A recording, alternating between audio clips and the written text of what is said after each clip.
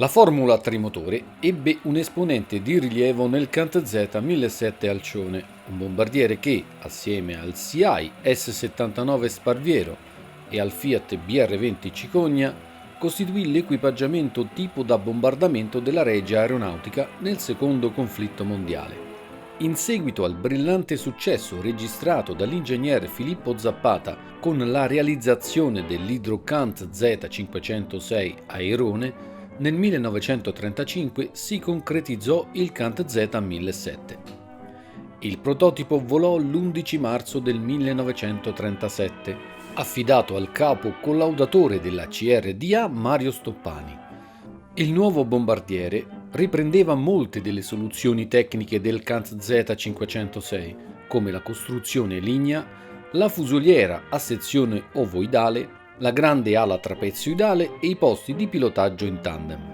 Nonostante la scarsa potenza delle prime unità motrici Isotta Fraschini Asso 11 RC15 da circa 840 cavalli, il prototipo mostrò da subito promettenti qualità generali.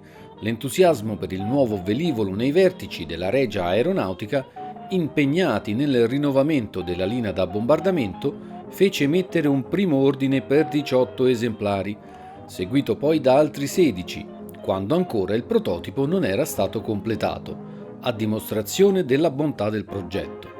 Per migliorare le scarse prestazioni dei propulsori, i KantZ 1007 con motore Asso ebbero 3 differenti tipi di eliche: breda bipala, piaggio bipala e piaggio tripala. Purtroppo l'adozione di differenti eliche non diede i risultati sperati e non fu sufficiente a migliorare le prestazioni dei propulsori. Così l'ingegner Zappata decise per un cambio radicale con l'installazione dei più potenti Piaggio P11 RC40 da 1000 cavalli.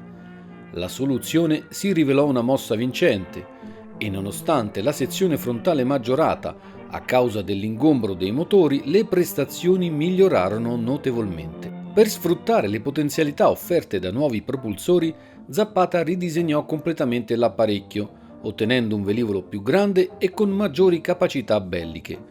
Nel 1938 la nuova versione, denominata KantZ 1007 bis e chiamata ufficialmente Alcione, fu subito ordinata in 2 lotti di 8 e 26 esemplari.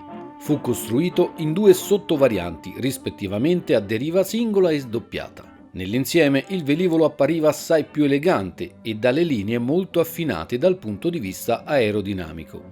Nel frattempo, il 20 maggio del 1939, il primo KantZ 1007 con motore Asso, considerato non bellico, veniva consegnato al 16° Stormo Bombardamento Terrestre presso l'aeroporto di Vicenza per la conversione operativa dai CI S-81. Incorsero alcuni problemi dovuti alle differenti prestazioni. Difatti, la elevata velocità di atterraggio del nuovo apparecchio aveva la conseguenza di sollecitare freni e copertoni che subirono una vera e propria falcidia. La validità delle modifiche del bis fu comprovata nel corso dei collaudi e delle valutazioni condotte a Guidonia nell'agosto del 1939 su 8 esemplari di preserie. L'Alcione dimostrò di avere una velocità massima di 456 km/h a 4600 metri, un'autonomia di 2000 km ed una quota operativa massima di 8400 metri. Il KantZ 1007 bis era un trimotore a struttura lignea ad ala bassa. La fusoliera era a sezione ellittica in legno con rivestimento in lamelle di legno tulipier o pioppo applicato con uno speciale procedimento. L'intera fusoliera era ricoperta di tela verniciata. L'ala, con un diedro di 10 gradi, era a pianta trapezoidale con le estremità arrotondate. La struttura era bilongherone in legno e rivestimento incompensato. Tutto era ricoperto di tela verniciata. Gli alettoni e gli ipersostentatori erano in legno intelato ed erano collegati alla struttura tramite giunti cardanici. Gli alettoni erano provvisti di trim regolabile a terra. I piani di coda avevano la struttura in legno di sprue con rivestimento incompensato telato e verniciato ed erano compensati dinamicamente e staticamente. Entrambi erano dotati di alette di compensazione o trim regolabili in volo. Il carrello era in configurazione a triciclo posteriore e completamente retrattile a comando idraulico. La retrazione avveniva all'indietro e le ruote scomparivano totalmente nelle gondole motori. Il ruotino di coda era orientabile, non retrattile nella versione a doppia deriva e retrattile in quella monoderiva, ed era dotato di ammortizzatore oleo-pneumatico. I motori erano 3 stellari a 14 cilindri raffreddati ad aria Piaggio P11 RC40 da 1000 cavalli a 2200 giri. Erano dotati di eliche tripala metalliche a passo variabile in volo a comando elettrico, con un senso di rotazione destrorso per il motore centrale ed il destro, sinistrorso per il sinistro. I castelli motore erano in acciaio.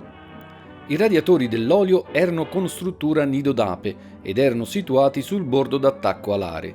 I serbatoi erano 12, realizzati in duralluminio, autostagnanti con sistema Semape, per una capacità complessiva di 4.270 litri.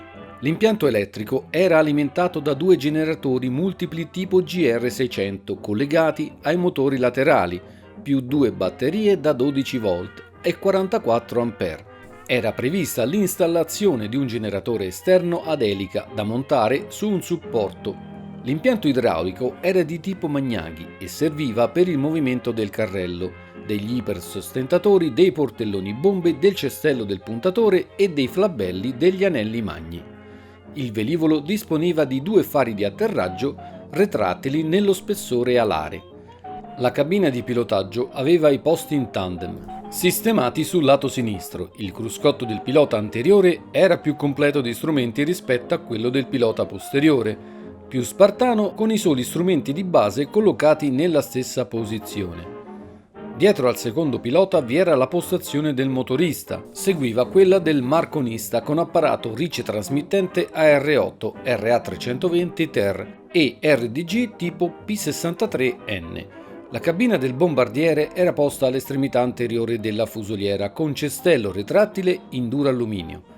Vi erano il volantino per il controllo del timone di direzione, gli strumenti di puntamento del tipo Yoza U3, il comando di apertura dei portelloni, il dispositivo sgancio bombe ed il comando dell'installazione fotografica. Vi erano 2 fotocamere, una planimetrica in coda ed una panoramica sulla fiancata sinistra, all'altezza della mitragliatrice inferiore. L'armamento difensivo era costituito da una mitragliatrice Scotti da 12,7 mm in torretta dorsale Delta 1, con una dotazione di 350 colpi. In alternativa una Breda Safat da 12,7 mm in torretta Breda 5, una Scotti o Safat da 12,7 mm per la difesa ventrale posteriore, sempre con 350 colpi, 2 Scotti da 7,7 con tiro da 2 portelli sulle fiancate della fusoliera, con 500 colpi per arma. L'armamento di caduta era situato sia nel vano bombe sia negli 8 travetti subalari. Erano possibili varie combinazioni per un totale complessivo di 1200 kg. L'apertura alare del Kant Z1007 bis Alcione era di 24,80 metri, la sua lunghezza era di 18,60, l'altezza era di 5,22. La superficie alare totale era di 75,30 metri quadrati, il peso a vuoto era di 9.396 kg, la velocità massima a 4.600 metri era di 458 km/h, la tangenza pratica era di 8.400 metri, l'autonomia era di 2.000 km, l'equipaggio era composto da 5 persone. All'entrata in guerra dell'Italia, il Kant Z1007 bis iniziò ad equipaggiare il 47° stormo bombardamento terrestre sulla base di Ghedi. Il 29 agosto del 1940 vide l'esordio operativo dell'Alcione per un ciclo di operazioni contro l'isola di Malta.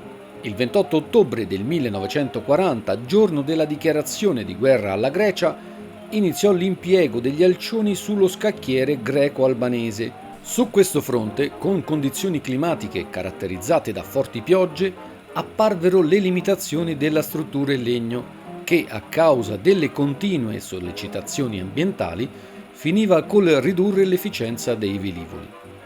Il bombardiere fu poi attivo soprattutto nel Mediterraneo in missioni contro l'isola di Malta e per contrastare la flotta britannica e sul fronte africano, dove fu impiegato fino al 1942. Sul fronte russo invece i trimotori furono usati in modo saltuario e discontinuo.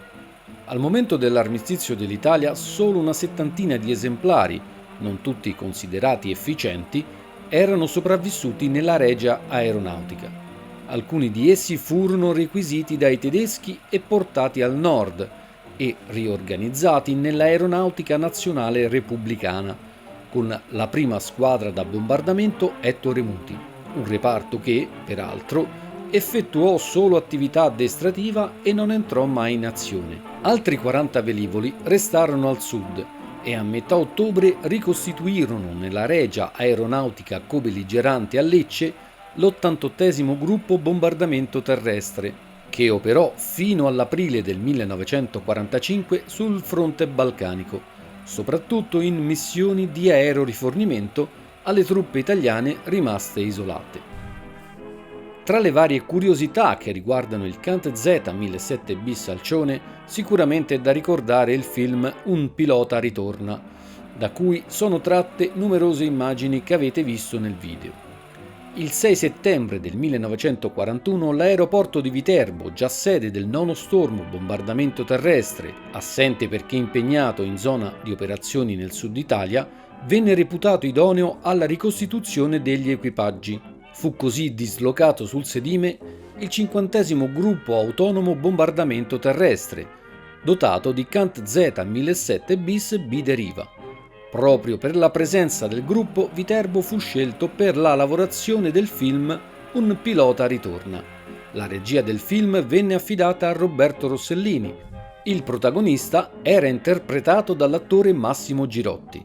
Il film fu girato tra il 1941 ed il 1942.